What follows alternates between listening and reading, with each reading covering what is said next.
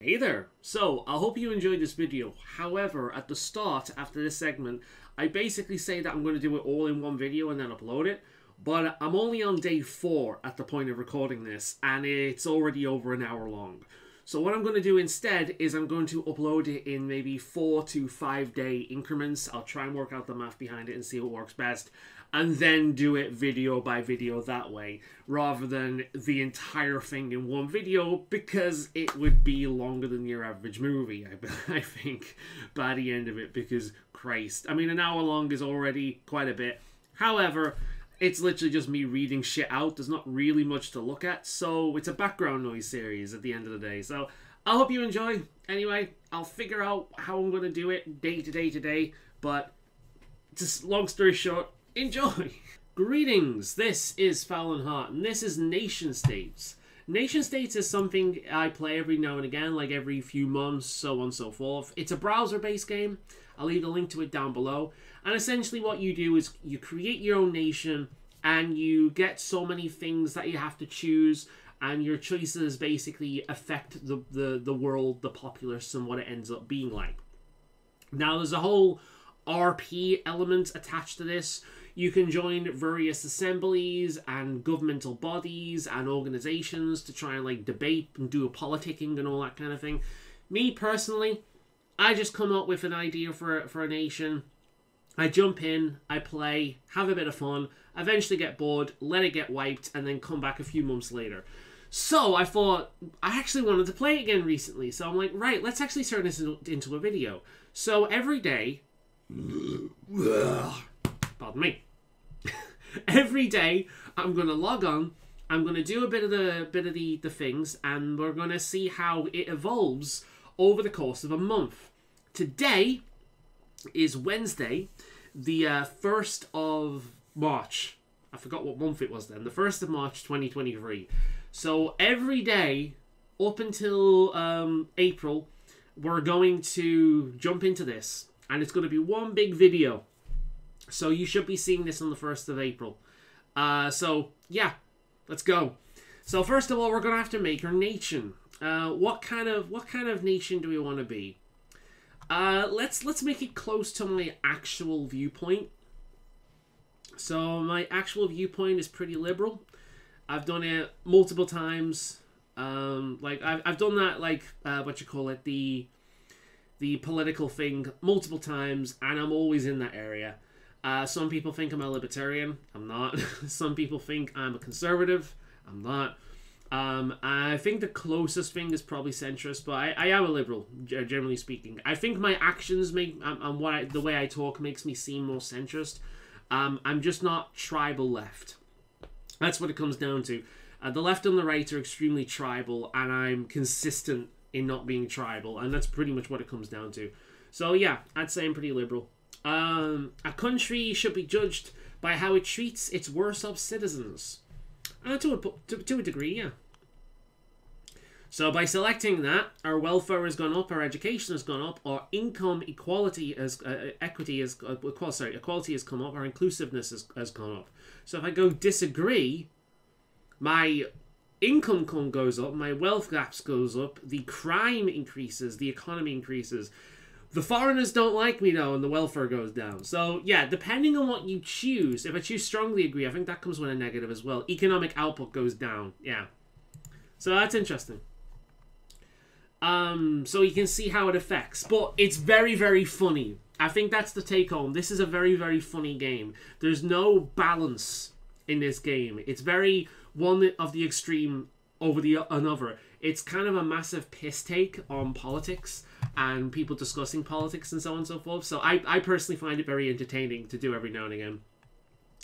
Corporations are good for society. Business is good for society. Giant-ass corporations, though. See, my actual answer is somewhere in between here. I'm going to say agree. Okay. These are all good things. That's not a good thing. Not necessarily, but all these other things are good things. What about this one? Authoritarianism goes up. That's fun.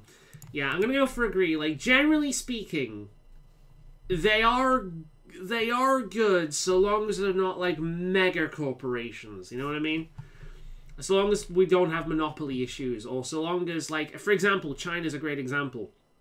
In order to work in China, in order to sell your product in China, you need to buy by the Chinese Communist Party, right? So a lot of corporations in different countries will change their product and change their business stances and so on and so forth in order to appease the Chinese Communist Party. Essentially, this other foreign country can affect the experience and the standard in other countries based on its oppressive bullshit. So yeah, like, and that, because that's a mega corporation, that in turn sets the standard for other corporations. So again, the bigger something is, the more responsibility it has and the more destruction it can cause. Marijuana should be legal. Yep. Employment goes down. The world needs to rediscover its spirituality. I'm really in between that one, because we'll actually get to that when we start naming it, but I'm not a very spiritual person, but I'm drawn to it, and I have moments where I get really into it, usually during a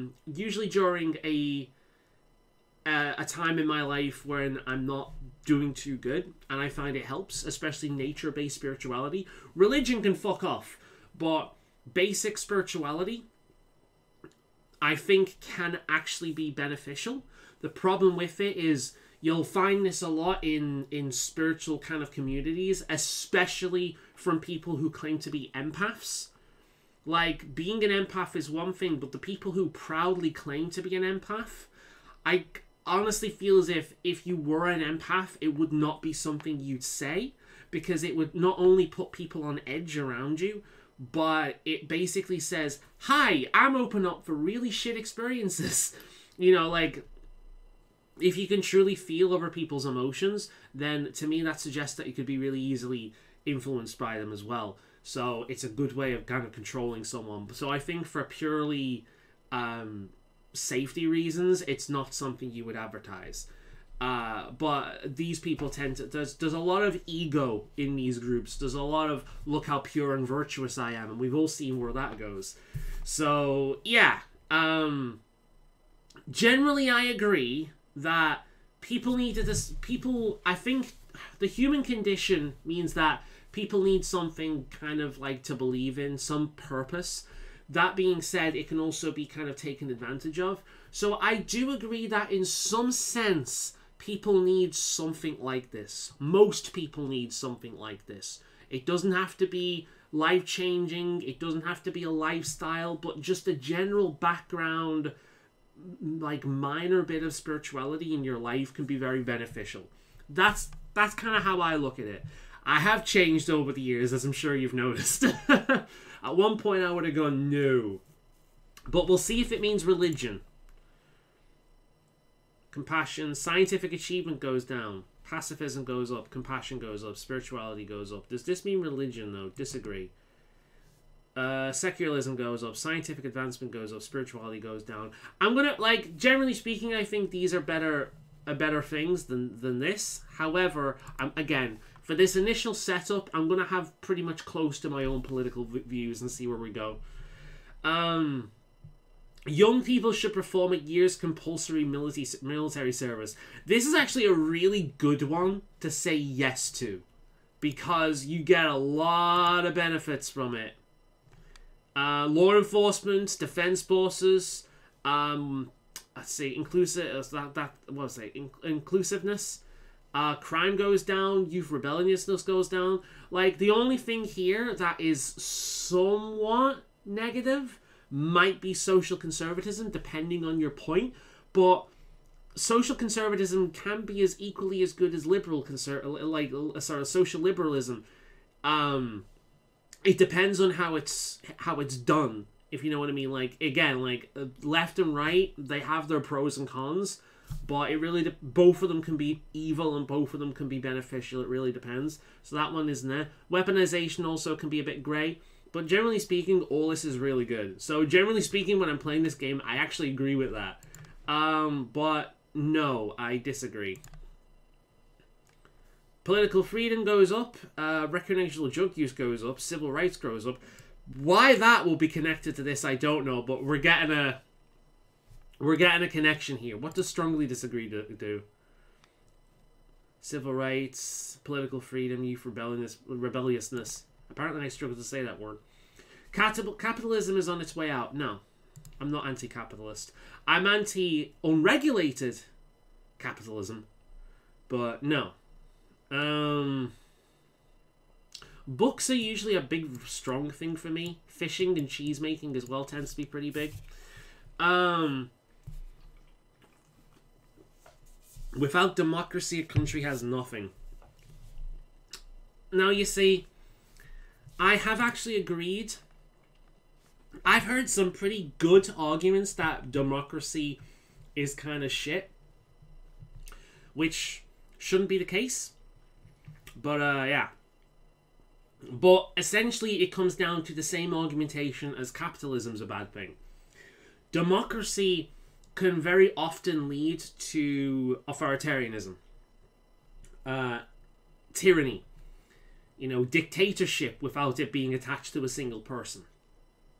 Because a lot of this stuff is built and handled around very powerful people that dictate the rules. And anyone that's dealt with a lot of bureaucracy can tell you that no, this is not fun. In fact, everything about this seems specifically designed in order to make money for powerful people and to screw over poorer people. So actually, my answer to this would be somewhat neutral.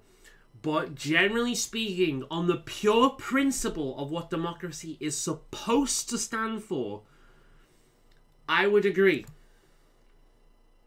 So, yeah, I can. What does strongly agree give me? Ideological radicality. Okay, intelligence goes up. That is a strange combination. Right there. That is a strange combination. It's better to deter criminals than to rehabilitate them. It depends on what the crime is. Because I'll be honest with you guys, there are some crimes that I would very much commit if they weren't crimes. A great one, actually, for my country is attached to this. I would try it if it was legal in this country. But I don't do it because I don't want to be fucked around. But I'd give it a go if it was legal. So, yeah. But it gets to a point. It depends.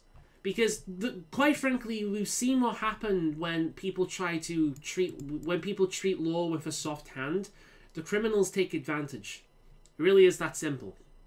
Some people are just bastards. And the easier you make the system, the easier they abuse it. And unfortunately, some people are good people that get caught up in the system and they get treated like criminals. So again, my viewpoint is somewhere in the middle. But generally speaking, it is better to deter than rehabilitate. Yeah, I would like fucking hell, why can't I say that word?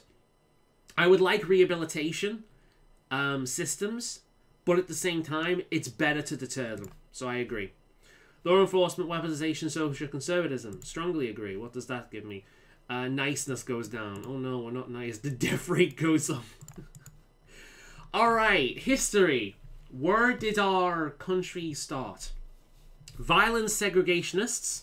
Recently discovered undiscovered tribe. I love that writing. Sackers and salvagers. Like-minded isolationists. Plucky malnourished pioneers. Ethnic cleansing refugees. Hail America!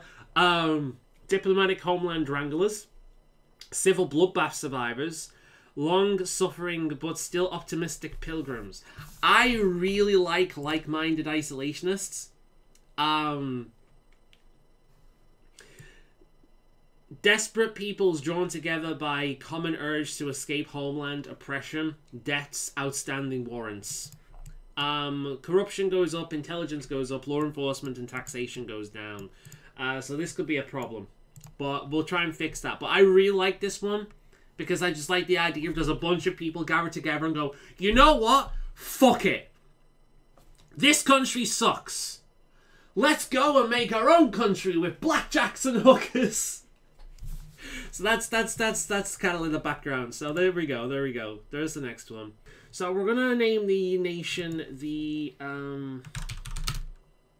actually, not the Isle of. We're gonna name it Howlite Isle. Howlite is my favorite gemstone. I have a big chunk of it here. I really like it. It's nice. It's black with like these veins of grey. Sorry, it's white. Black. It's white with these grains of grey to black. It's gorgeous. It's supposed to help with anxiety and just keeping you chill. Whether or not it does, I don't know, but I like the idea of it. So I've got a big chunk there. If I ever find a bigger chunk, then I'll buy it. But yeah, so we're going to name it Howlite Isle. What are we? A colony?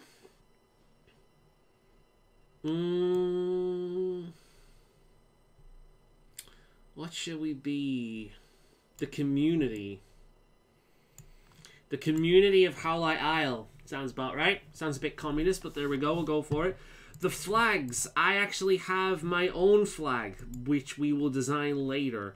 Falklands Isles. Let's go with Canada for now. We'll hopefully be placed in Canada. That's kind of where I want to move. But yeah. Currency. What should we name the currency? The quartz. Have I spelt that correctly? I hope so. Let me just check. Okay, yeah. The currency is the quartz. The national animal shall be the magpie. Because I adore magpies. And magpies like shiny things. So we're getting a bit of a theme together here. Oh, what's that? What does not glisten? What's that thing? What? All that glitters is not gold. There we go. All that glitters is not gold. That'll be our motto. Alright. The community of Howlite Isle. Civil Rights Love Fest. I bit my tongue. Civil Rights Love Fest. Okay, nice. So, my civil rights are superb. My economy is good, which is fine. Political freedom, superb. Right. So let's actually remove this eye cancer for a second. First of all, we can change our flag. Choose file. And I will show you a flag I have made prior in one of my past games. There we go. Add ripple effect. Look at that. Look at that. So there's my my pride flag. My national flag. It says a lot, isn't it? When I say flag, I'm used to saying pride flags. We'll get more options as we gain citizens. The national banner, we'll choose that at some other point. Issues, no throttle. Yeah. Requires confirmation before passing, just in case I misclick. Vacation mode, show more stats. Yeah, show more stats. I like it when they do that. I don't care about trading cards. Log in automatically. Yeah, okay. Themes. This is what we want. We want dark. Ink. Is it Century Dark? That's the one we want. Right. Let's update. Right. The community of Howlite Isle. Civil rights. We're in the North Pacific. Let's change that. Let's change that. Where do I move now? I'm trying to remember how I do this. You can see the RP, the Republic of Wiltshire, the Rising Sun's land of Yarozu, the superstate of Xinan Kingdom. We own y'all! The United Socialist States of Spain. The Chicken Overlord. Wait. Welcome to the Chicken Overlords, the largest reason you see are. You must worship our supreme overlords, Professor Chicken Licken, King Bruce, and the great Uncle Bujeria, if you wish to keep your knees. We took over Earth on 11th of June 2020. That was a dark time. If beings do not worship our great leaders, they will have their knees crushed, have their heads stuck struck by torpedoes, and turn into rugs.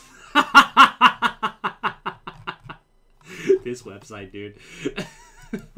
Right, well, I can't actually remember how I changed my area, so we'll stay in the North Pacific for now. We can always change when I find out, so it doesn't really matter. It's just an RP, so that's fine. That's fine. The Community of Howlite is a fledgling, socially progressive nation, renowned for its burgeoning magpie population. The hard-working democratic population of 5 million Howlite Isleans hold their civil and political rights very dear. Although the wealthy and those in business tend to be viewed with suspicion, the medium-sized government juggles the competing demands of welfare, education, and healthcare. The average income tax rate is 24.4%. The Howlite Islean economy will change that as soon as we can. Worth 201 billion quartzes a year, is led by the gambling industry, with major contributions from retail, basket weaving, and tourism. Average income is 400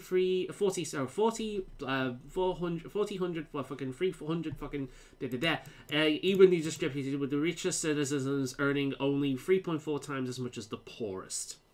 Crime is relatively low. Howlite Isle's national animal is the magpie. Okay, so we've got a bunch of telegrams. There'll be automatic bot things from a bunch of people wanting us to join in the RP. We're not going to be addressing these. So we've got issues to address. So that's what we're going to do. We've got 4 unaddressed issues. So here we go. Day 1 of the addressed issues. Okay, let's see what this does. It's time for the government to allocate spending for the coming year. And as always, special interest groups are keen to have their say. The state of the education system is, in many areas, simply frightful, says Teachers Union leader Clement North. And even where we are doing well, we could do better. I appeal to the authorities for a substantial boost in funding. Remember, the children are our future. I mean, sure, that makes sense.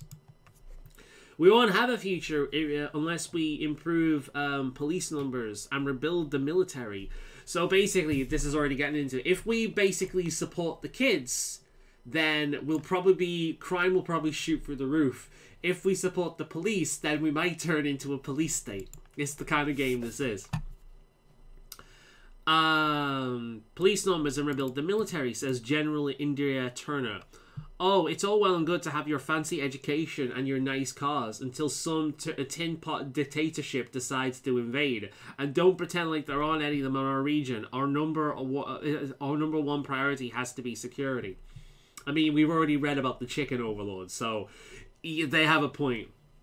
Education is nice, but health and social welfare is more important. We already focus on this, so I don't think we need to focus more on this. Says celebrity social worker Miles Clean. Miles Clean. This is where the people who really need government or help are. The marginalized of our society. If we don't help them, what kind of nation are we? Hey, I've got a crazy idea, says noted libertarian and birdwatcher Suniqua Jones. How about the government stops taking so much from tax from people? Give us a tax cut and we'll buy the things we need ourselves. People need to be warned about government. Right, so the first 2 actually make the most sense to me. Let's go for this one.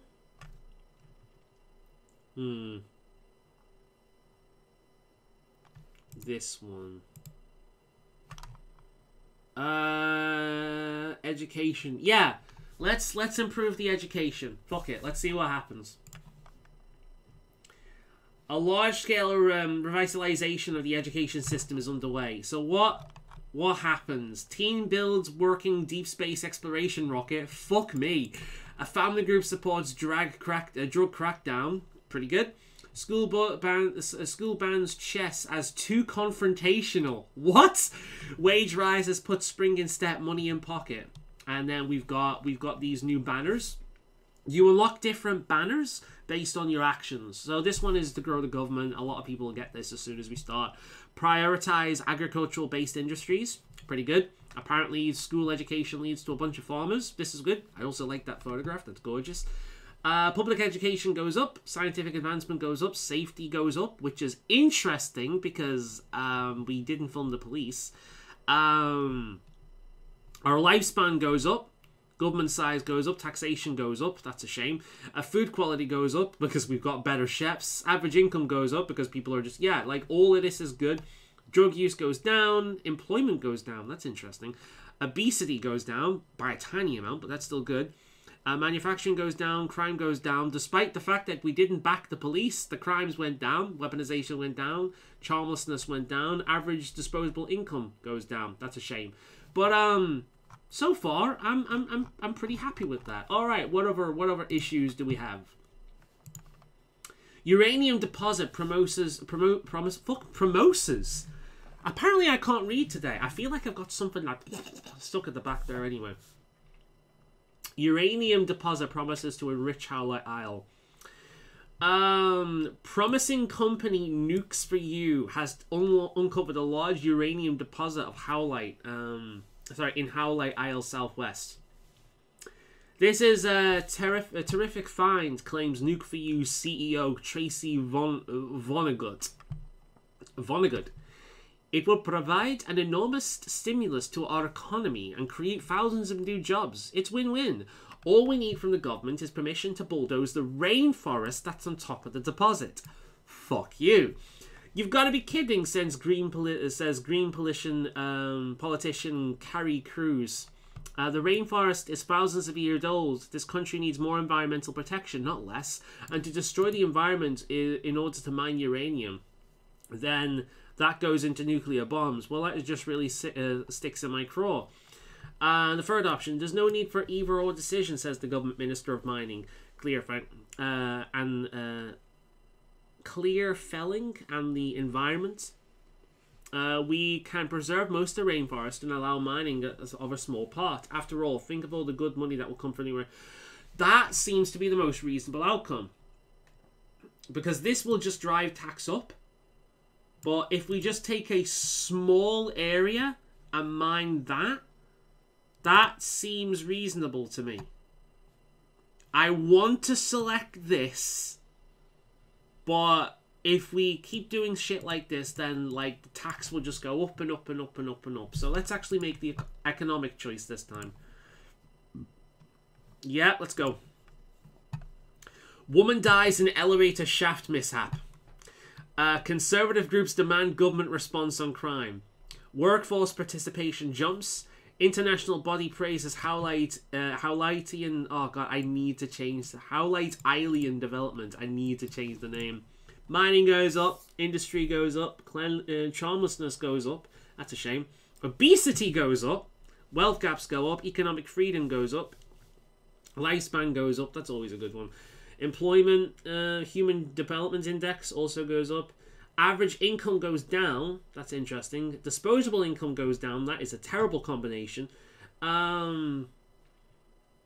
Income equity goes down. Authoritarianism goes down. Environmental beauty goes down. That's a shame because I do kind of want that one up.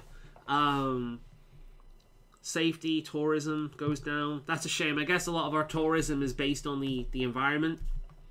There's a car one that'll come up at one point that, you know, we'll go with. I am a follower of the fuck cars Reddit, so I don't think it'll ever happen, but it's a nice pipe dream. Let's see. Police consider Big Brother anti-crime system. Alright. The police development is considering installing surveillance cameras in all major public areas in an effort to track down crime. We have this in the UK already. I'm not exactly against the idea, truth be told, because it just makes sense. So long as they're not putting the crimes inside private areas, then This is a blatant invasion of the right to privacy, says libertarian website developer Isabel Lopez.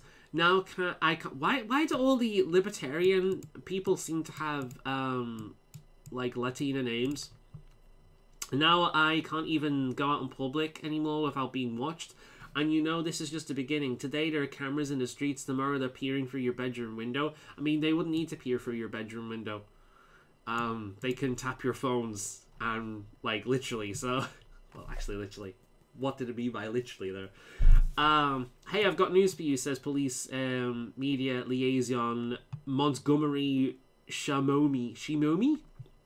When you're out in public, people can see you. These cameras will be extremely helpful in reducing the national crime rate. Frankly, I can't see what the fuss is about. See, I agree with that, but at the same time, the way this game works, that'll probably result in an extended amount of surveillance.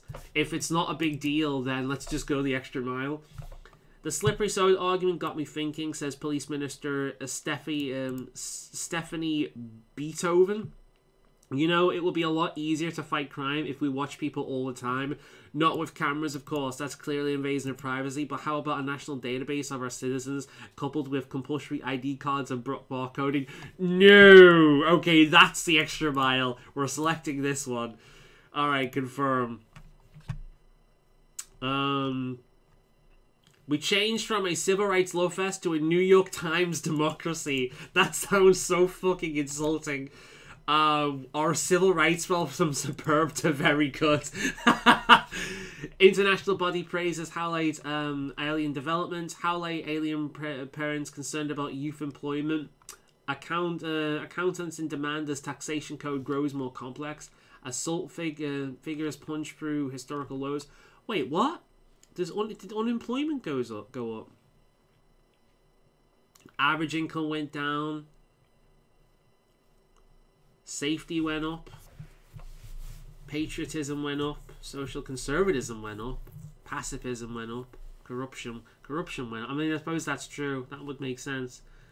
Tourism went up. It's safer to be here. So nudity went down by 12%. Apparently, there were a lot of people walking around in the nude before the cameras were everywhere. That's funny. Intelligence went down. I suppose if you didn't need to, you had like evidence everywhere, you'd need less intelligence. Crime went down by a decent amount. Charmlessness went down. Civil rights went down. Okay. And we've got one more issue to go through. Dial L for loan. After a recent unfortunate incident involving a foreign casino, a gambling addict crime lord, and a secret agent that was a bit too confident in his poker playing abilities, the government is currently strapped for cash. Your finance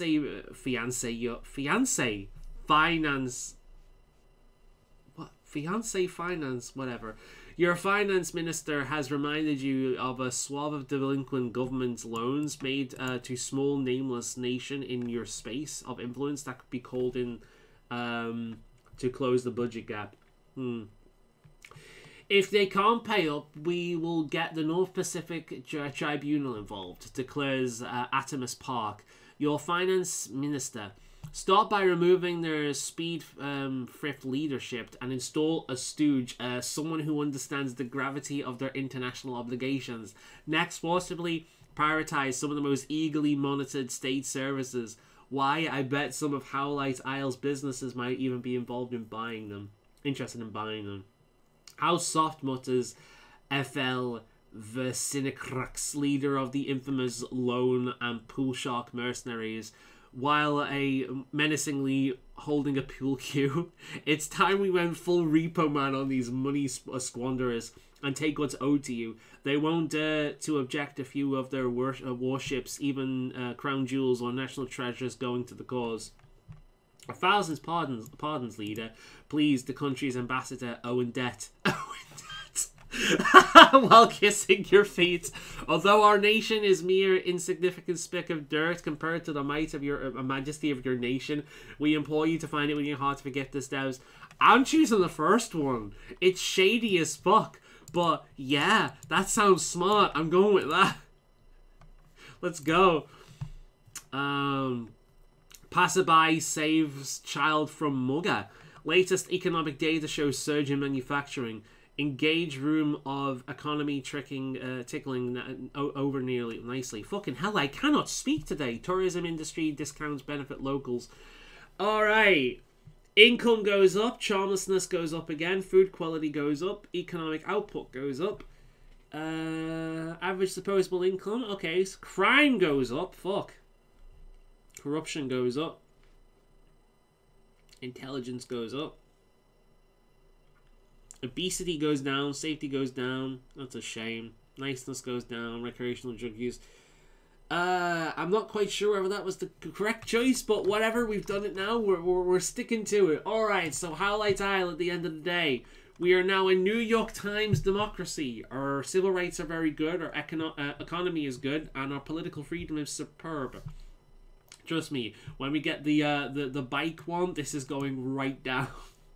The community of Howlite Isle is a fledgling socially progressive nation, notable for its burgeoning magpie population. The hard-working democratic population of 5 million Howlite Islians enjoy a sensible mix of personal and economic freedoms, while the political process is open and the people's right to vote held sacrosanct.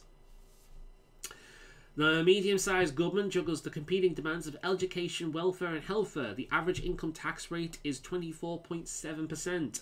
The Howlite Islean economy is worth 2.7 billion quarters a year, is led by the gambling industry with major contributions from retail, basket weaving, and wood chip exports.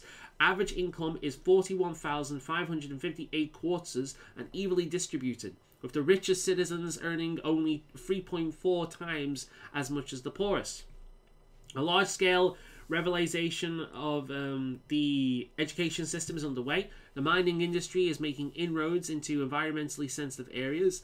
All major public areas are watched by police surveillance cameras, and a new foreign policy is, why bother invading neighbours when they can be bought wholesale? Crime is well under control. Howlite Isle's national animals are magpie, which can occasionally be seen dodging aircraft in the nation's cities. That's funny. So there we go. That is the progress on day one. We'll choose the banners first of all. So let's toggle them all off, and let's see what ones we've got. So we've only got a few of them so far. Alternative religions, sure, that can be on. Run below average but not terrible economy. Share institution of marriage, yeah, that can go on. Tree fall, protect the land, that'll be our primary one. Develop issues with unemployment. That's a shame that we got that one. Develop very clever citizens. We've had that from day one. Explore alternative forms of energy. We'll have that one on. Stay out of the bedroom. Let's hope we keep that one. Develop excellent political freedoms. Sure. Develop very good civil rights. We'll have that one on. We'll have that one on. Excellent civil rights, superb civil rights.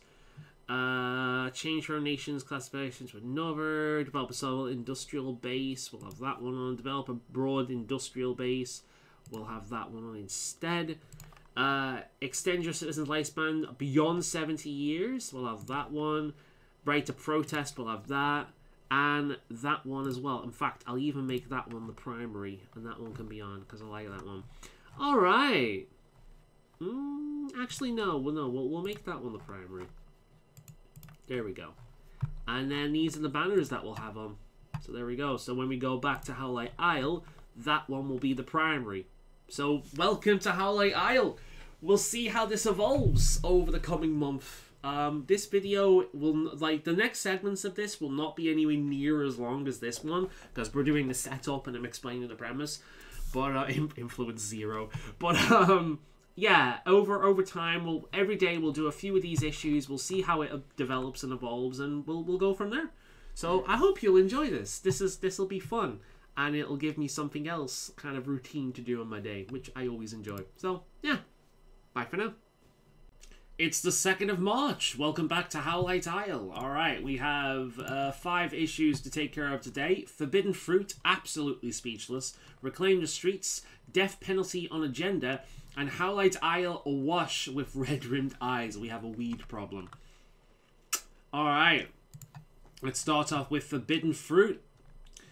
The Prime Minister of the massive agricultural nation of Usblik has sent you a rather unconventional gift. 5,000 fruit baskets worth 100 quarters each. Now crates of fruit baskets occupy almost all available space in your office. Okay. Don't eat the forbidden fruit, leader. Do you like our gift, leader? Equates the Prime Minister of Aspulik, Platio Simpson, wandering through the maze of fruit baskets only to find your face hidden by a huge pineapple. We wish to improve ties with Howlite Isle, and what better way than offering a simple Ayuspic main export? If you can't finish all 5,000 baskets worth of fruit, I'm sure you could sell them to some... oh, pardon me. I'm sure you could sell some of them back to the market with a significant markup. Just a suggestion. Nice try, but our leader is incorruptible, snarls your devoted home security Whoopi Bernstein. Her Leader is Love, Leader is Life t-shirt visible through her shirt. We must destroy all of these odious offerings and show that we have zero tolerance of graft. Harsh punishments must be given to anyone who tries to bribe government officials. Only then will our glorious nation be free of corruption. That's taking it a little too far, states Colleen Glutenberg, the Minister of the Middle Ground. Sounds like my kind of person, who was standing between the two previous speakers to keep them apart. We could permit politicians to receive small gifts, inconsequential sums totaling a maximum of 50 quarters per person, per annum. Any previous gifts received that are worth more than the amount stated, like fruit baskets, should be donated to charity. Imagine the needy people of Howlite Isle delightfully waiting for succor as you donate all of the things you don't even need. That actually sounds fine for me. Of course, we're getting very close to America's system there, where politicians are essentially controlled by corporations because of their donations. This is too much. I don't trust this. This seems the best bet so far. However, we're getting a bit too close to America's system and we see how easily corruptible that is. What you call bribes, I call political donations, divulges politician Inigo Navarrete. I'm sure I'm butchering every single one of these names, but I don't think we only see some of them every now and again who hefts a suitcase that is bursting with cash. Getting into public office takes millions of quarters, and the average citizen cannot afford to do so. If you make it easier for politicians to receive donations through generous benefactors, you could bring equality to politicians and give even the most disadvantaged candidates a fighting chance regardless of their financial standing. No, I take it back. This isn't America's system. This is America's system. Fuck off. We know how that works. We're going with the Minister of Middle Ground. Alright. Confirm. The government recently donated a surfboard to an impoverished family in a landlocked region. Howlite Isle's political freedoms fell from superb to excellent. Fell? How did that fall? Because we don't accept... I don't understand that. Okay. Comedy drama rule box office as action flicks fail. Fewer lazy bums than ever before, bosses note. Government shuts down troublemakers. School feat, huge success. So corruption has gone up, apparently, by a considerable margin. Why is this bad? I don't understand why that's bad. Crime has gone up. Pacifism has gone up. That makes no sense. Niceness has gone up. Compassion has gone up. Taxation... lifespan has got... I don't understand this one at all. I don't understand this one at all. Okay, whatever. Let's do the weed one. National marijuana consumption has hit an all-time high with alarming results. A new poll is found.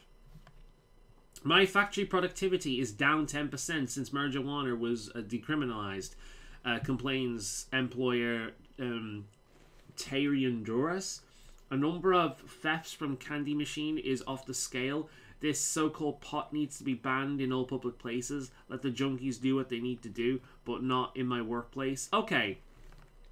So...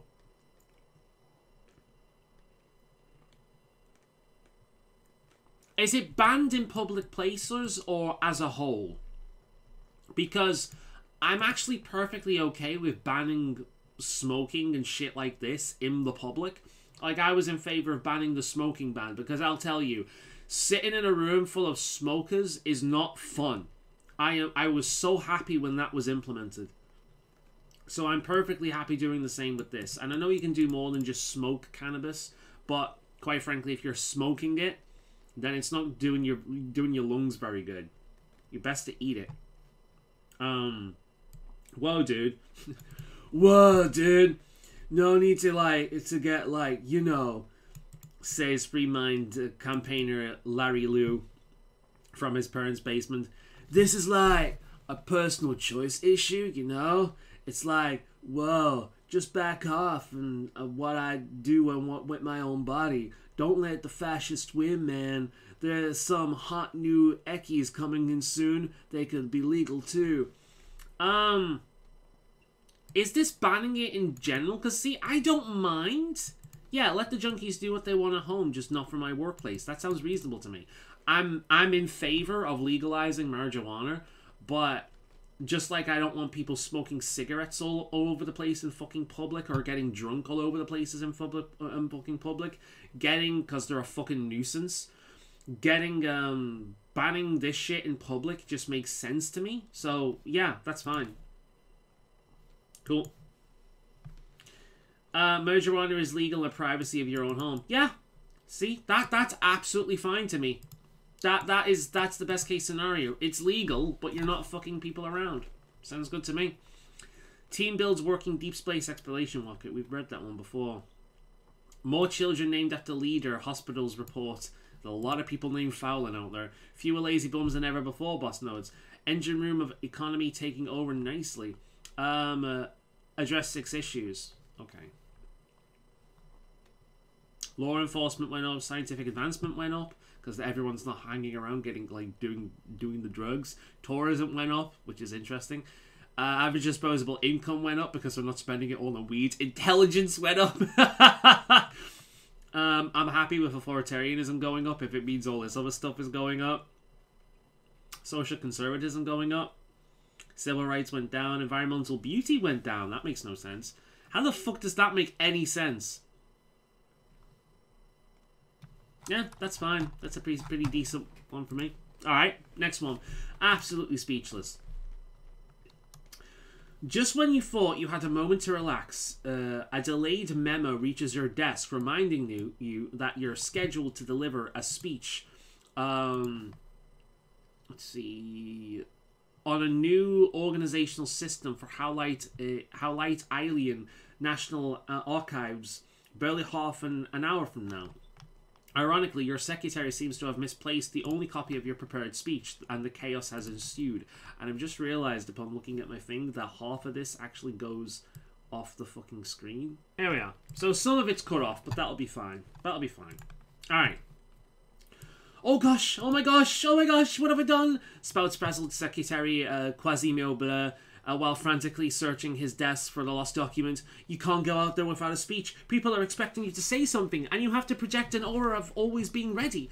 He hurriedly grabs his son's school essay from the bulletin board, peeling off the big gold star sticker before handing it to you. Here, just read from this. It may be slightly off topic, but at least it's something. And hey, it gets top mark for his junior foreign class. Okay. Now, hold on a second. Are you really considering going out there with something written by a 10-year-old? It's better to give no speech than a bad speech, suggests Minister of Expecting the Unexpected, Willow Hall. I like the name. That's a good sign. Rapidly flipping through the binder of unusual situations and selections of an appropriate response. Now, I know it might look bad, but it says it right here. That all you have to do is tell people about your lost speech. That will make them sympathize with you, and you'll earn their support telling them the truth, honestly, before image, right? People think I'm incompetent. From my years of working with crowds, I can tell you that people just want to have some fun. Nobody cares about a lame speech you planned anyway, insists self-proclaimed hype lord Corian Nixon, dropping in unannounced from your events. You should go out there and say something that gets the people hooting and hollering for more. And that's what always works. speak off the cuff and no odds barred, announce a patriotic holiday or something. It'll be lit, no cap. Fucking hell. I've got to admit, I want to go with number 3. It worked for Trump. It worked for Trump. You know, who doesn't want a new holiday? You know, that random bullshit worked for Trump. So, you know, this seems to be this is mostly me. But people are going to think that I'm incompetent. I know that's what's coming. So, I'm going to go for this. Yeah. Loud Patriotic Music Day has been ranked the 7th best new holiday of the year. Oh my god. Industrial pizza delivery went up. Beverage sales went up. Patriotism went up. Obesity went up. Average income went up. Economic output went up. What went down? Intelligence, health, taxation, political apathy, food quality. I mean, okay. Next one. Reclaim the streets. Oh, this is the one, isn't it? Several major streets were clogged with bicycles this morning as the environmental group 2 Wheels Good, 4 Wheels Bad staged protests. Several hundred riders ambled through downtown streets, blissfully ignoring the torrent of abuse hurled at them by 1,000 motors late for work. People are sick and dirty. People are sick and dirty, smelly automobiles, says protest organizer Mangus Goff. They're choking the city, the environment, our lives. Cars must be banned. The only thing people are sick of is long-haired idiots riding their bicycles at 2 miles an hour on major thoroughfares, says committed motorist Sandra Montgomery. People shouldn't be able to protest like this. The government needs to crack down on them. The Automotive Manufacturers Association, meanwhile, has called for government support. It's clear that we need to boost the level of automobile support in this country. This protest this morning is clear indication that I know what I'm selecting here because hashtag fuck cars, let's go. Cars are banned. Let's fucking go. Cars outlaws. There we go.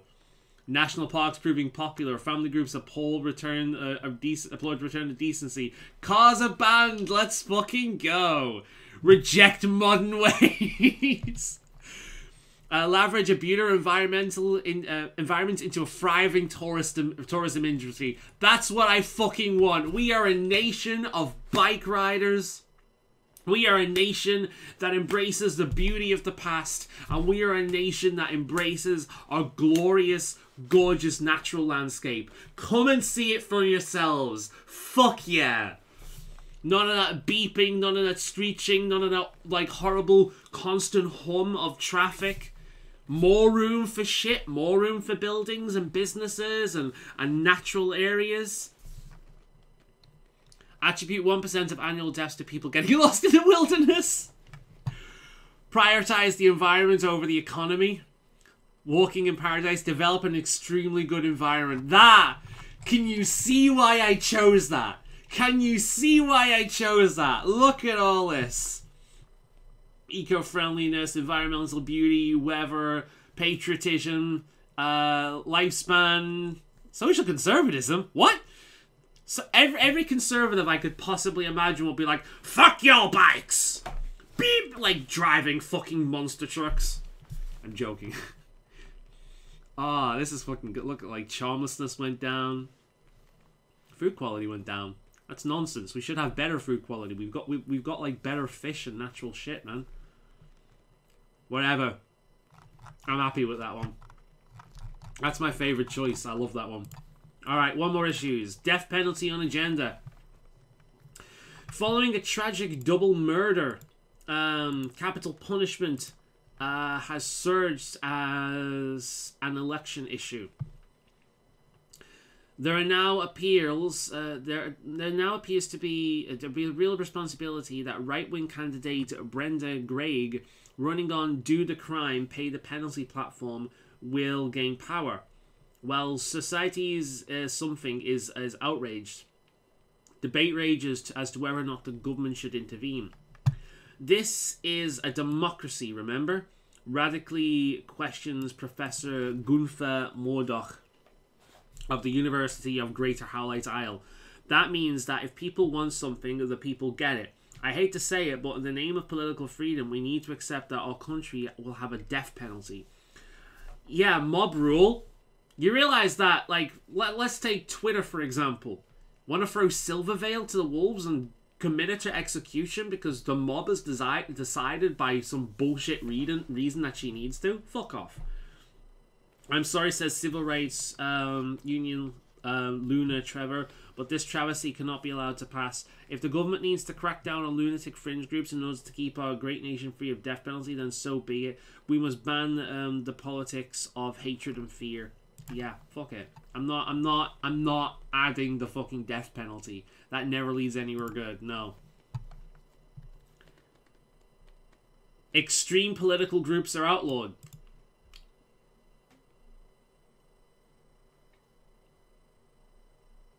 Huh. Howlite Isle was reclassified from a New York Times democracy to an inoffensive centrist democracy. Fuck me.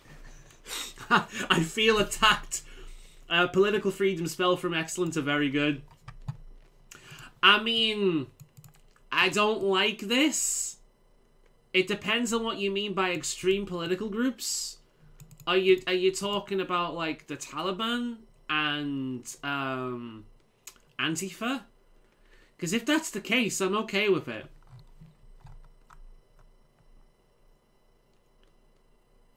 Achieve balance in all things. Fuck yeah, baby. Fuck yeah. Food quality went up for some bizarre reason. Apparently, if you get rid of the death penalty, apparently criminals and psychopaths make good food. I don't know what's in those burgers. I'm not going to ask. All right, let's take a look at Howlite Isle now. First of all, let's choose the banners. All right, so we got a bunch of new ones now. We're having that on just because I like what it represents. We're having that on. We're making this one our primary. Environment over economy. In fact, let's make that one our primary. I like that one. I'll have that one on. That one on. Cool. I'm happy with that. Nice. Save changes. Let's go back and read Howlite Isle and see what we've got so far. Okay. Look how good that looks, man. Look how good that looks. That looks so fucking good. Yeah. Alright. The community of Howlite Isle is a fledgling, environmentally stunning nation, notable for its ban on automobiles. The quiet, industrious population of 6 million Howlite Isleans have some civil rights, but not too many. Enjoy the freedom to spend their money however they like, to a point, and take part in free and open elections, although not too often. The medium-sized government juggles the competing demands of education, welfare, and healthcare. The average income tax rate is 23.9, but much higher for the wealthy. The Howlite Islean economy, worth 239 billion quartians a year, is fairly diversitized and led by the gambling industry, which I don't like, with major contributions from retail, basket weaving, and tourism. State-owned companies are common.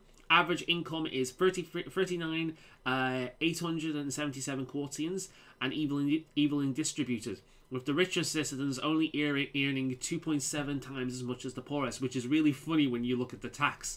Marijuana is legal in the privacy of your own home. Loud Patriotic Music Day has been ranked as the 7th best new holiday of the year. Cars are banned and extreme political groups are outlawed. Crime is almost non-existent. Howlite's natural animal is the magpie, which soars majestically through the nation's famously clear skies. That's good shit, man. I actually like the majority of that. I'm quite happy with this. We're off to a good start. It can only go downhill.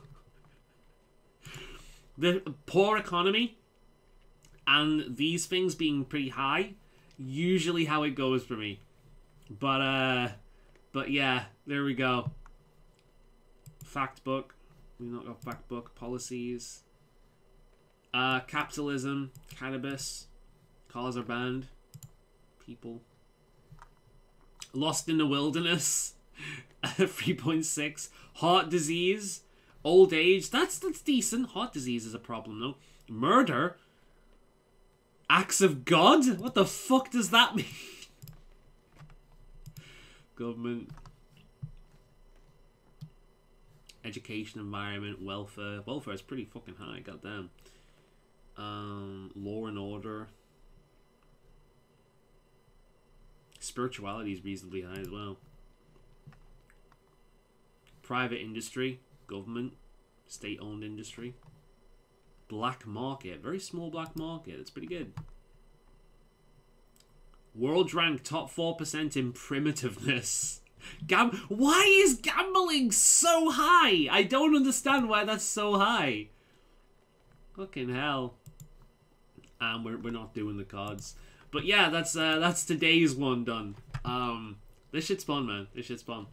Alright, welcome to Howlite Isle. It is the 3rd today, and it is 9:30. I have had a busy day today, so I'm finally getting around to doing this shit. I've got 5 issues once again today. We've got citizens struggle under unfair tax burden. We got keep the greenbelt green, says protesters. How to print money. Something French or Spanish, I don't know, and cash for colons. What? I've got to do this one first. Cash for colons. I've reshaped this as well, so everything should fit in screen. Hospitals have requested that they be allowed to pay people for donating blood and body organs, such as kidneys. We remain critically short of blood plasma and various organs, says Howlite Isle's one hospital administrator, Vay Telsa. Interesting name. Especially hearts. A good heart is hard to find, but we were allowed to pay for donations. If we are allowed to pay for donations, we get more of them and could save more lives. Plus, the donor takes home a few hundred quarters in compensation. Unless it is a post-mortem donation, of course, in which case we pay the family. Now, I remember this one, and this sounds like a really good idea to me, except for the fact that basically desperate poor families kill each other and sell the bodies and things like that, so... Great idea, says social commentator Chris Chow, except for one thing. You know who's going to be selling the organs? Poor people. They'll be so desperate for money that they'll sell their own kidneys. Well, a kidney, that's just another way for rich to buy themselves a better life at the expense of the poor. It must be outlawed. I'm going to allow it because it's an option for people to make money. And it could go to a good cause. It might end up going to the rich, but I think it's an option.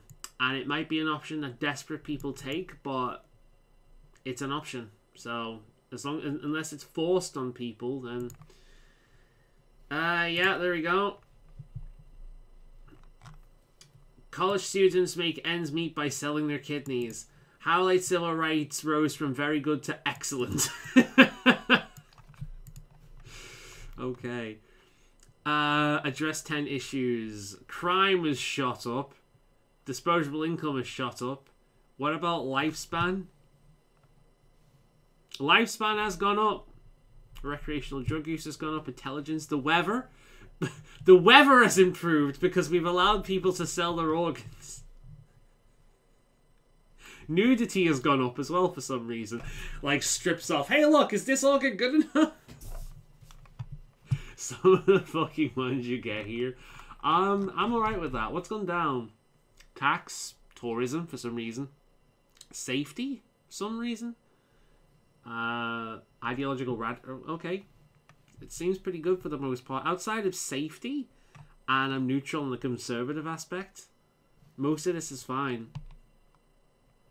Or income equality is kind of shit, but there we go. Alright, issues. Citizens struggle under unfair tax index. A recent poll has revealed high levels of dissatisfaction among the populace about tax rates.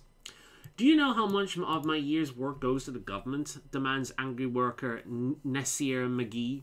Too much. Government spending has gotten way out of control. It needs big cuts in welfare, health and education.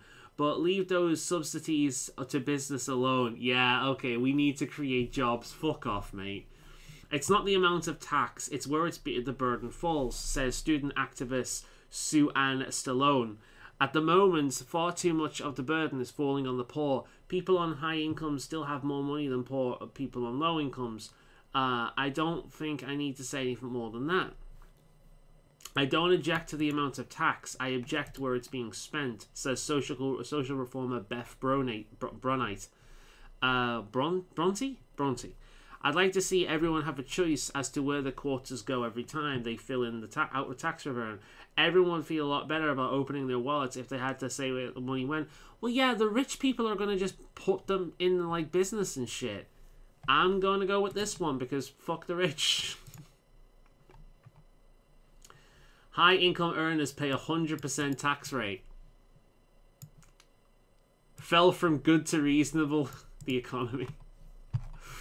Ooh, shackled up. Combine a good environment with a low average economy. Ooh, I don't think there's a single answer there that I would have been happy with. Taxation has shot up. Obesity has gone down. Okay. Lifespan has gone up. Pacifism has gone up. Tourism has gone up. Ideological radicality is shot up, which I'm not a fan of. But most of the good stuff... Oh, authoritarianism has gone up. That's not good. But, you know, crime has gone down. There's less rich fuckers around, so... Okay. Keep the Greenbelt green, say protesters. A group of environmentalists are protesting against plans to expand urban and suburban developments into greenbelts, the designated countryside between settlements.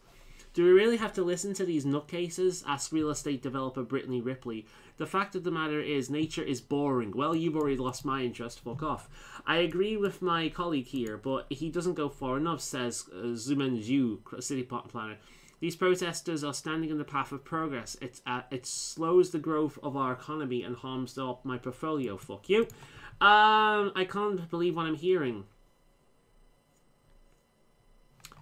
Let's see. What did it... We can always transplant a few trees and put them in a tree museum to keep the tree huggers angry. What? No. Hotels, boutiques. I can't believe what I'm hearing, exclaims environmental activist Makiko Fernandez. Tree museums, police funding. Does it always seem... don't it always seem to go that you don't know what you're got until it's gone? Oh. We're talking about natural treasures and you're talking about destroying them. Is there anything that you can build that better than nature? We should put a stop to environmental... Yeah, I agree. We're protecting nature in Howlite Isle. Oh, have we broke it? I think we may have broke it. No, it's loading. Have I lost internet connection? Because that happens at times. No, it's still loading. Ooh, shit.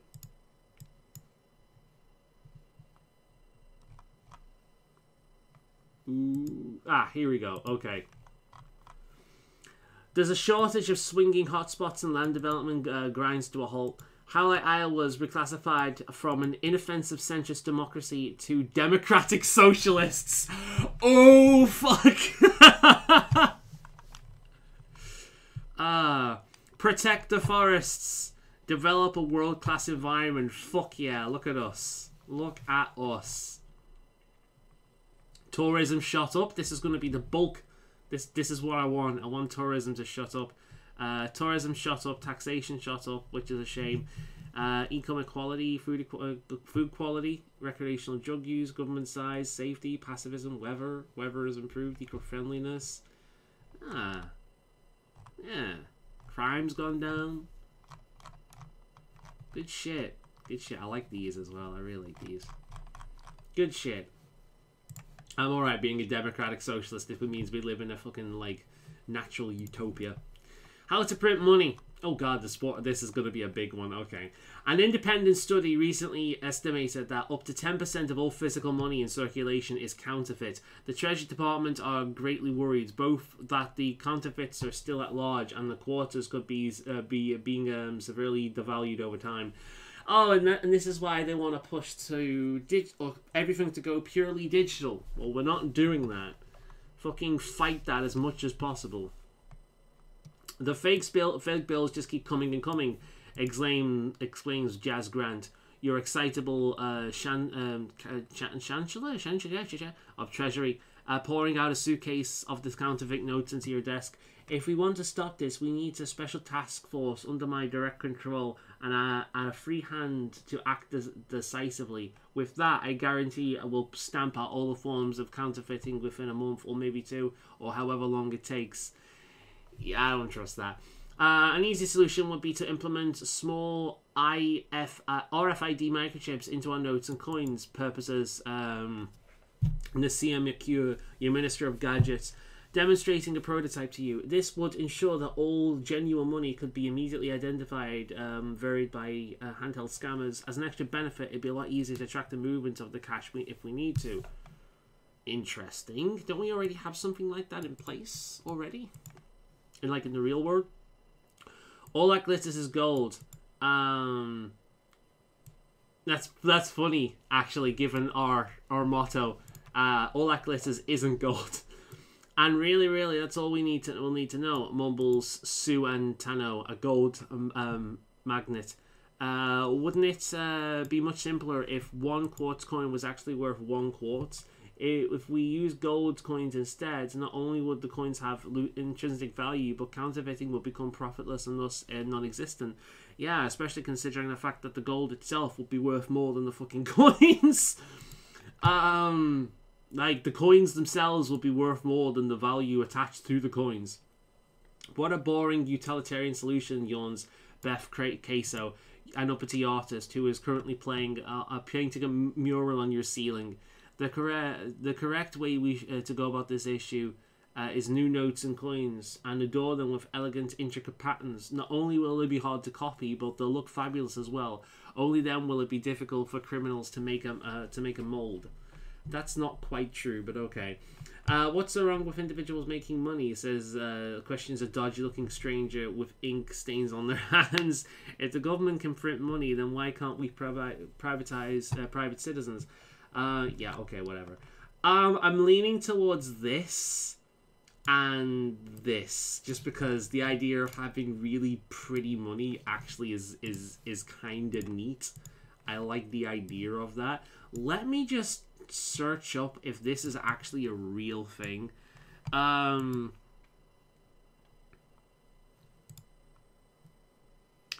Radio frequency identity chips are tiny computer chips connected to miniature antennas that can be placed on physical objects. They are used in a variety of applications where contactless authentication is desired, including to toll booths.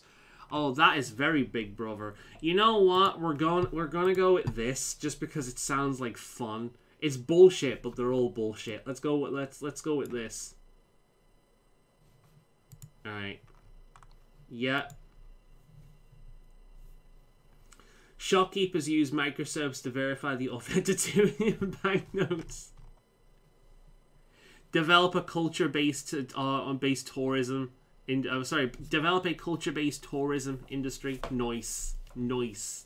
We want all those tourists. Come and view our glorious nation. That's pretty good. I'm actually surprised drug use went down. Probably because you couldn't actually read the notes if you were too high. Employment went down, which is interesting. But nah, I'm happy with that. That's actually pretty cool. That's pretty cool. I like that one. All right, issues. One last one. Something I can't read. A high-profile case where a police officer used lethal force against a criminal suspect that he claimed posed immediate danger. As the populace divided, some claim that he was defending himself in the line of duty, some others claiming that he was abusing his power. Let's face it, in real life, this is typically the case, abusing his power all the fucking time. ACAB, baby. Lack of witness testimonies or evidence is making investigation difficult, and many are suggesting that the government should outfit all of its police force with a camera equipped to record events as they transpire. Yeah. We fucking should. Unfortunately, when we do, they never switch them off. Funny that. Sorry, they never switched them on. Funny that. Cameras would be good. Intones patrol officer and jungle war veteran Dixie Fitzgerald twitching nervously and scanning the skyline for rooftop snipers. She takes a moment to look 1,000 yards into the distance. People don't know what we've seen. They don't know what it's like to wear this uniform, to be a target, to know that each patrol might be its last. I know war, and it's war out there on the streets. If people could see what we have to deal with each day, they'd understand. Give me a camera and you'll show them what's it like out there. For propaganda with your crazy-ass PTSD shit? No. Look, I'm not saying I don't trust our police officers, whispers transparency advocate Jason Jervnell, carefully moving any weapons and sharp objects away from the terminus police officer. But cameras are needed not just to support the police testimony, but also to protect the public from police excess. Yeah, I completely agree with that. The only way they can serve that dual purpose is if the police don't control the cameras. Have 24/7 cameras on every police vehicle, surveillance drones for following the cops on patrol, all the footage streamed live on the internet and stored, you've lost me, on an open access cloud. That way we can keep an eye on those jackbooted on our valued law enforcement officials. And so can the fucking criminals to watch where the police are at all times. That's bullshit. Exclaims mustache-twirling, driving goggle-wearing charlatan Gignus Snow, who is definitely not trying to tie your security to his toy train tracks. Police with cameras? This is a breach of my civil liberties. What about... Okay. I'm gonna go with this one. Like, it's ridiculous, but all of these are ridiculous, and this is the closest thing to sense we have here. Like, it loses me there, where it's like, all the footage streamed live on the internet and stored on open access cloud. That way we can keep an eye on... That is where it loses me. Before that, it's fine, but that's where it loses me. Also, 24/7 is a bit ridiculous. Turn it off when they go to the toilet, for fuck's sake. But that's what we're doing. Alright. My civil rights fell again from excellent to very good. Criminals always seem forewarned on police raids. Oh, crime has gone up. Yeah, where's crime? Crime has gone up quite a bit. Funny that. That's, I knew that was coming, but... Yeah, there we go. Alright, let's see what it says about Howlite Isle now. We're now democratic socialists. We have very good civil rights, a reasonable economy, and very good political freedoms. Alright. The community of Howlite Isle is a tiny, socially progressive nation renowned for its ban on automobiles. The quiet, industrious population of 7 million Howlite Islians are fiercely patriotic and enjoy great social equality. They tend to view other more capitalist countries as somewhat immoral and corrupt. The medium-sized government juggles the competing demands of education, welfare, and spirituality. The average income tax is 32.9. Fuck, that's gone up, but much higher for the wealthy. The Howlite Island economy is worth 216 billion quarters a year. Is led by the retail industry, with major contributions from basket weaving, tourism, and gambling. Gambling has gone down, tourism has gone up, but apparently retail is king. State-owned companies are common. Average income is 30,982 quarters and distributed extremely evenly, with little difference but the richest for the poorest citizens, despite the fact that the richest tax being much higher. High-income earners pay 100% tax rate. There's a shortage of swinging hotspots and land development grinds to a halt. Shopkeepers use microscopes to verify the authenticity of banknotes, and criminals always seem to be forewarned on police raids. It sounds like chaos. Crime is totally unknown, which is interesting considering the last one. Thanks to its capable police force and progressive social policies in education and welfare. Howlite Isle's national animal is the magpie, which soars majestically through its nation's famously clear skies. Let's add some banners, shall we? So we got some new banners. We've got this one, which is definitely going on. And I think that... is that going to be my primary? Which is my primary right now? That's my primary. Alright.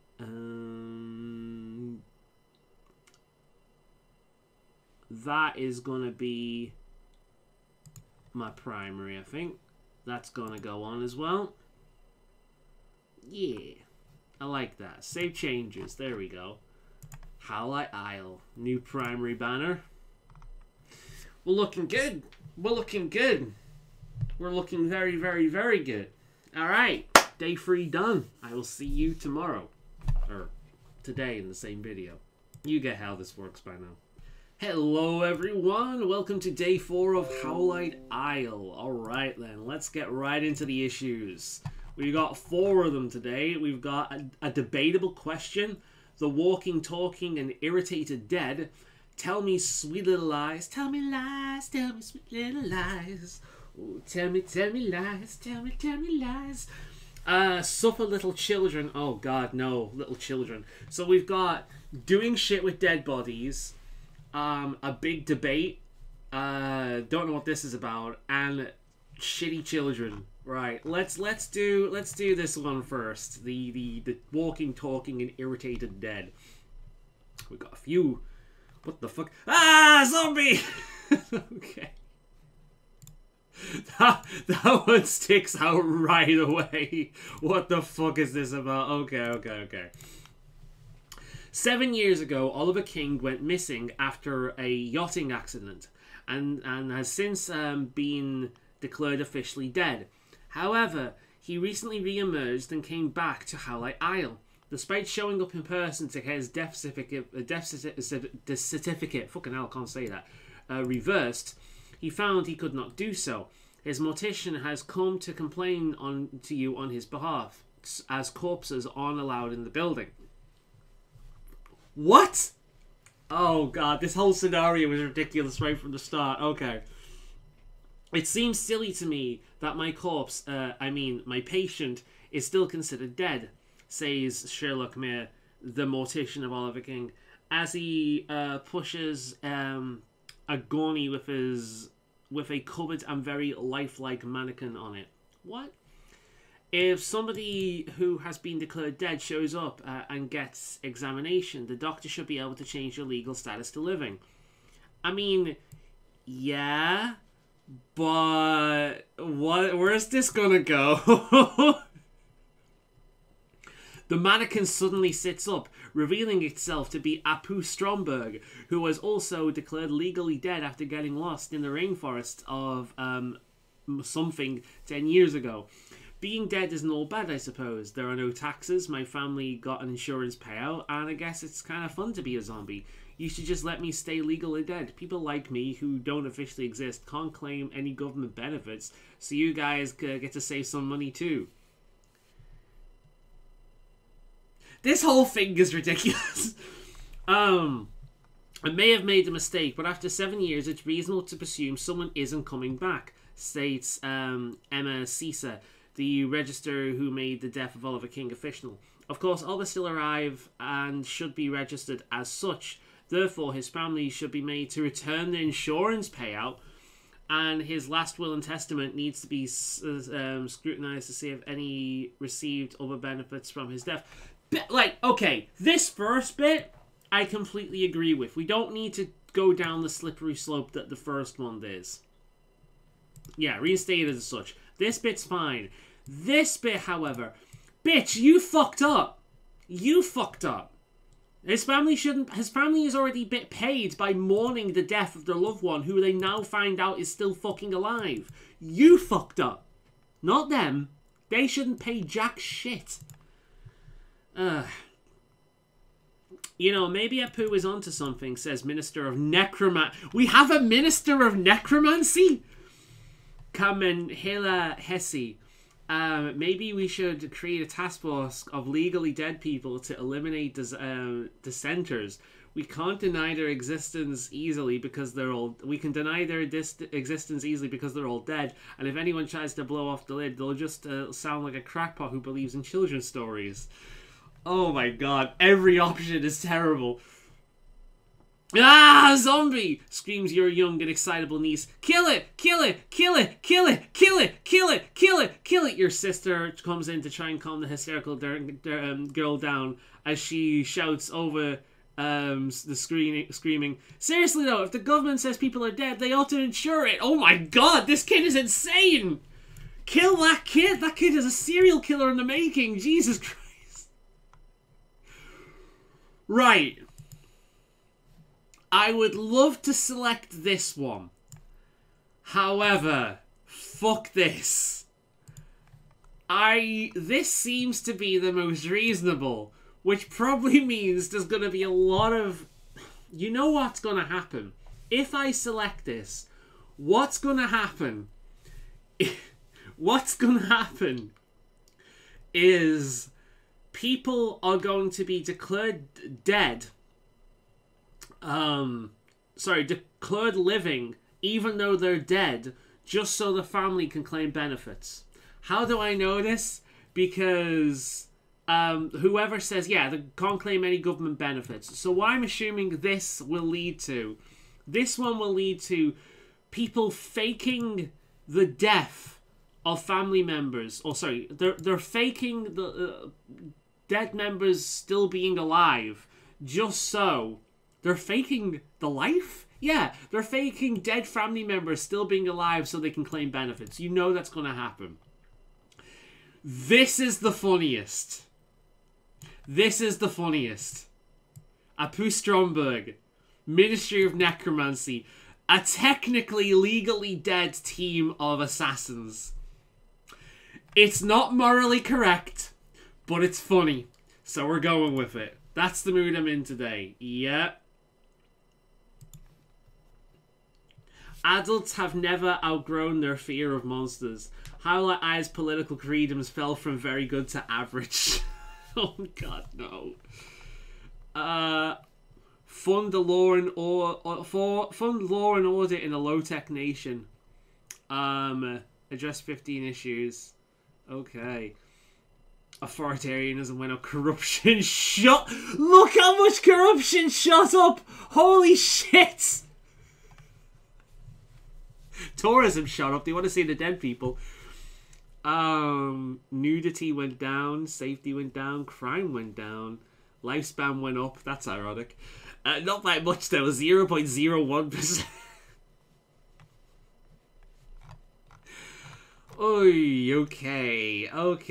Let's address some of our issues. That was a funny one. Suffer little children. Okay. Got 4 options here. The Durham Something Academy, a private educational institution for the offspring of an order of black-clad believers, has caused controversy when it was recently discovered that it was illegally administering corporal punishment on students for a variety of offences, including talking in class and poor penmanship. Our ancestors made it... our accusers made it sound like there's something cruel going on, intones the school's headmaster, Kilson Barbon, who has a bi-monthly lifestyle advice column in the Order's magazine, The Dower Digest. They see not that it is done in love, a love of inflicting piety. A youth is born wicked, disobedient, full of sin, and forever questioning that which it pleases not their superiors to tell them. I mean, I agree. They're born, like, people are born shitty, typically speaking. That might not be a fun thing, but I think if a child was born without socialization, you've got to socialize the kid. You've got to teach them right from wrong. Otherwise, they're just going to be selfish.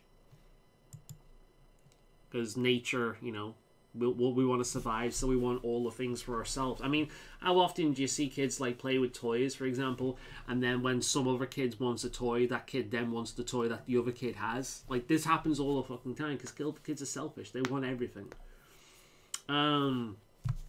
As such, wickedness must be driven out.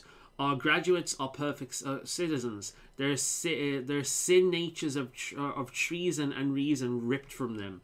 They then go through life as meek and pure-minded mass. You should bring back corporal punishment in all schools. A beating a day keeps the badness at bay. Merciful Violet, what unnecessary brutality, tuts Iris Zimmer, headmistress of the creator of a Good Counsel Academy. Our creator would never sanction such cruelty in the wayward cherubs, whatever it is. Cherubs, you can discipline them without harshness. Writing 10,000 lines, that's fucking harsh. I'd rather take a beating than do that shit. Scrubbing graffiti off the wooden decks with a toothbrush, holding a dictionary in each outstretched arm. That is also outright torture. Have you done that, by the way? Hold that for a prolonged period of time. It's not fucking fun. It starts to fucking hurt. This is torture. They're still torturing them. They're just not as fucking, blatant about it. Teachers who resort to violence show clear lack of training. All teachers must be taught more functional methods of managing reluctant munchkins and given the necessary tools. No, I don't like either of those. And to be honest, I like this more than I like this. I think that's because I've actually had some of that. In the name of Jerkadustanenes, no. Alarmed Marigold Fields, tranquil yellowist and teacher of the Golden Light Academy. Can we have an academy that isn't ruled by a dumbass god, please? Drops the daisy chain she's been making. This obsession with sinner's punishment is precisely why there are so many see all religious people as nutjobs. I mean, religious run academies must report any staff members or parent who is suspected of breaking the law to the police. Suspending staff from duty until matters resolved. All schools must also submit to regular and thorough surprise inspections to prove that they are safe havens. Then we're just giving more power to the cops. No. This is why religious schools are harmful, says atheist Ernie Mattel. Religious schools like Durham barricade themselves with closed ideas. Arguments them with abusive threats and of eternal damnation. Look at this 10-year-old psych test. How does electricity work? Answer, we can't know. Why does electricity work? Answer, the creator did it. This kid got full marks. We should close every religious school and put the children in state-run secular schools to focus on providable. There we are. This is what we're going with. Look, I said we have spirituality. I mean spirituality, not religious cults. There's a difference. Right, yeah, that's what we're going with. Children are disappointed to learn that caveman never had a yabba dabba do time riding dinosaurs to work.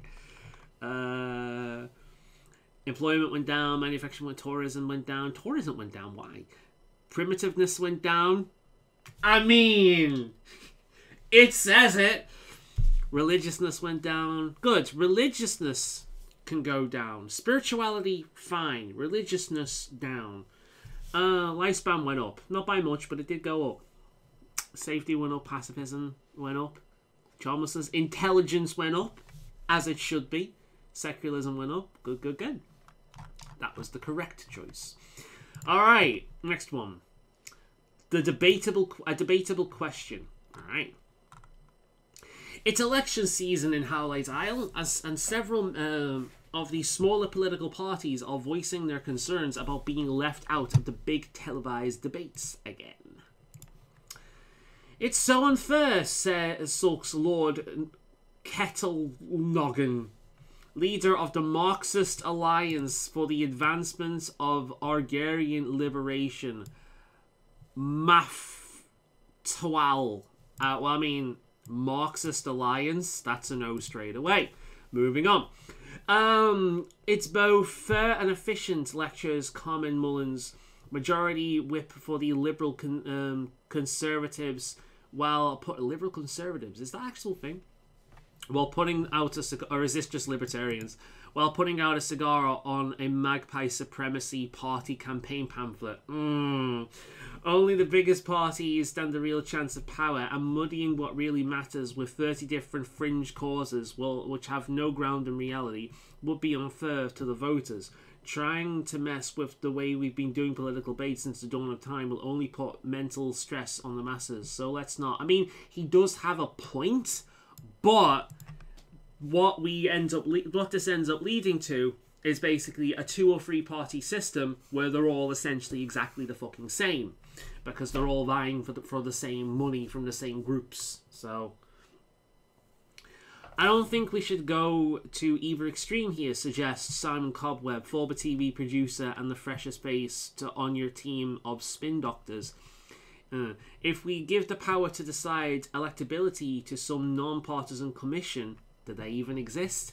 They could set specific criteria to be included in the televised debates, and the panel of impartial judges could rate prospects based on that.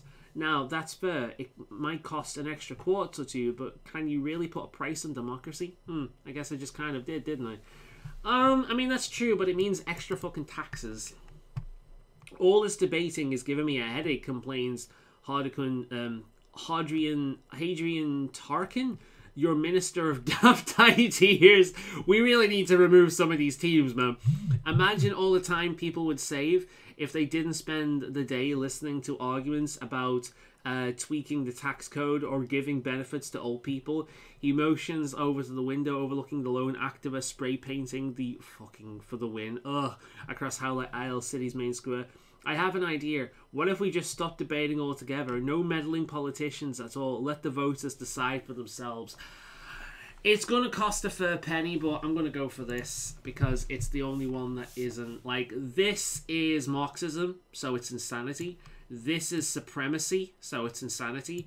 And this will probably not lead anywhere good. So this is the only option, really. The new Who Wants to Be a Politician election debates auditions are more popular than the debates themselves. Patriotism went up. Food quality went up. I don't know why, but there we go. Taxation went up. Not by much, but tax is getting pretty high. Inclusiveness went up. Average income went up. Economic output went up. Government size went up.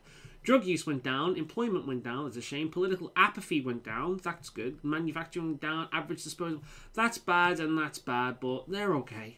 Yeah, okay. Okay. Last one.